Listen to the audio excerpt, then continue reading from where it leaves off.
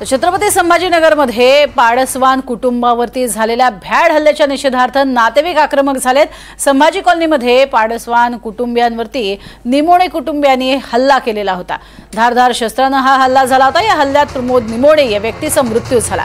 त्याचे आई वडील आणि अर्थातच मुलगा देखील त्यावेळेला होते, ते गंभीर जखमी झालेत। न्यायासाठी सिडको ठाण्यामध्ये नातेवाईकांचा ठिय्या पाहायला मिळतोय।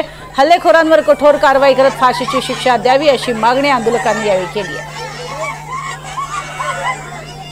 गणेशोत्सवाआधीच गालबोट लागलेला आहे।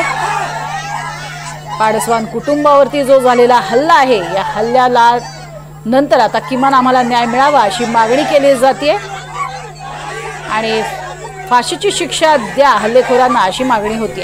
अधिक माहिती घेऊया सुमित पवार यांच्याकडनं। सुमित, अतिशय आक्रमक झालेले पाहायला मिळत आहेत पाडसवान कुटुंबीय। काल छत्रपती संभाजीनगर शहरामध्ये जो भ्याड हल्ला झाला पाडसवान कुटुंबीवर आणि निमोणे कुटुंबियांनी हल्ला केला होता, त्यामुळे आज छत्रपती संभाजीनगरच्या सिडको पोलीस ठाण्यामध्ये त्यांचे नातेवाईक दाखल झाले आणि सांघिक आक्रमक यावेळी झाल्याचे ते बघायला मिळालं।